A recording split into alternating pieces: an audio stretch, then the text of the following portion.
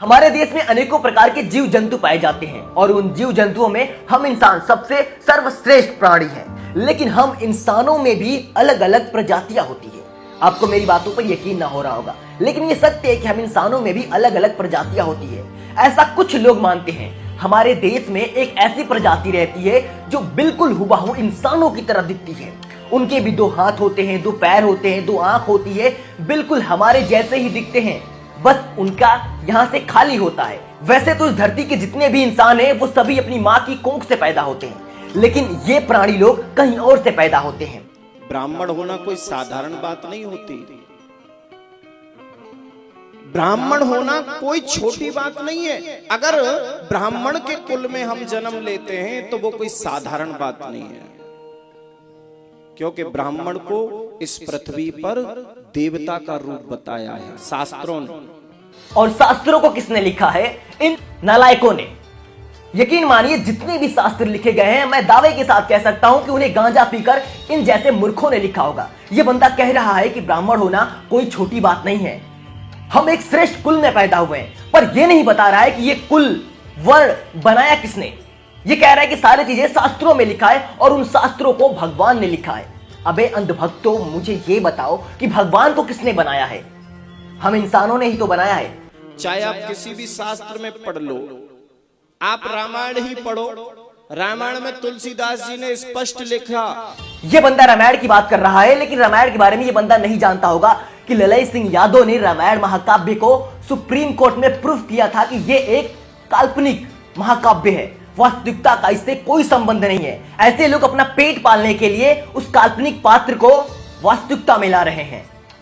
रामायण में तुलसीदास जी ने स्पष्ट लिखा कि पूजिए विप्र सकल गुण हीना। तुलसीदास जी क्या लिखते हैं?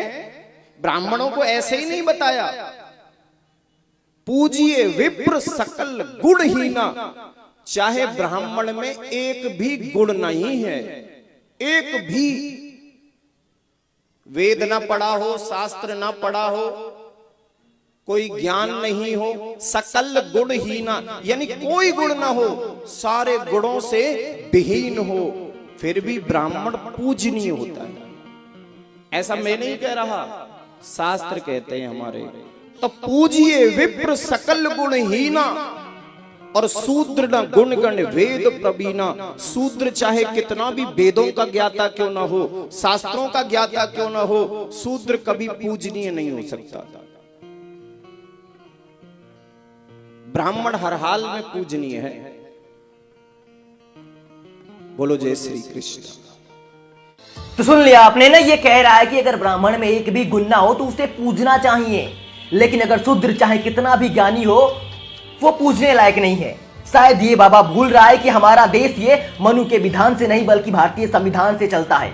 ये लोग कहते थे ना कि ब्रह्मा की लिखी कोई नहीं मिटा सकता, शायद भूल रहे हैं कि ब्रह्मा की लिखी को मिटा दिया गया है।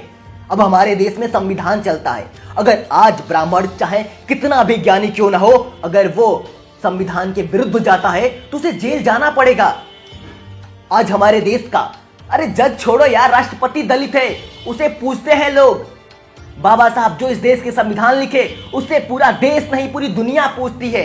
अब तुम्हारा ये ब्रह्मा का लिखा हुआ ये धर्म ग्रंथ फेल हो गया ना हमारे इस देश में। तुम्हारे शास्त्रों में लिखा है ना ये चीजें कि अगर कोई ब्राह्मण ज्ञानी ना हो तो भी उसे पूजना चाहिए, अगर कोई शूद्र कितना भी ज्ञानी हो तो उसे नहीं पूजना चाहिए।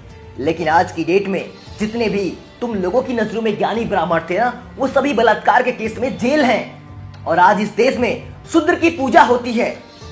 राष्ट्रपति एक शूद्र है, प्रधानमंत्री एक शूद्र है, और जिसने भी ऐसी प्रथा और ऐसे घटिया ग्रंथ लिखे हैं उसकी मानसिकता आप सोच सकते हैं। मतलब एक तरफा लिखा गया है। मतलब भगवान भी ऊंच नीच भेदभाव उत्पन्न करते हैं, तो ऐसे भगवान को मानने की कोई जरूरत नहीं है जो भगवान ये कहता हो कि अगर कोई ज्ञानी व्यक्ति चाहे कितना भी ज्ञानी हो, अगर वो वर्ण से शूद्र है तो उसे पूजना नहीं चाहिए। पर कहानी दरअसल ये है कि ये वर्ण व्यवस्था, ये कुल व्यवस्था, ये बनाया किसने है? हमारे देश में बस कुछ % लोग खुद को श्रेष्ठ बनने के चक्कर में पूरे देश को नीचे की तरफ ले जा रहे हैं। जिस देश में 85% आबादी को घृणा की नजरों से देखा जा रहा हो, तो 15% लोग इस देश का विकास नहीं कर पाएंगे। उसके लिए 100% लोगों का एक साथ होना जरूरी है। लेकिन ये चुटियाधारी लोग असमानता फैला के देश में कभी भी किसी को एकजुट नहीं होने दे सकते हैं। इनका धंधा ही चलता है धर्म के नाम से, इनका पेट पालता है भगवान के नाम पे। ये हमेशा उसके वर्चस्व को बढ़ाने की कोशिश करेंगे और आपको हमेशा सतर्क और सावधान रहना होगा। अगर आप अपने शोषण से बचना चाहते हैं तो आपको बाबा साहब को पढ़ना होगा, तब जाके ऐसे ढोंगी पाखंडियों से बच पाएंगे। नहीं तो ये आपके देश को और आपको लूट कर यहां से चले जाएंगे।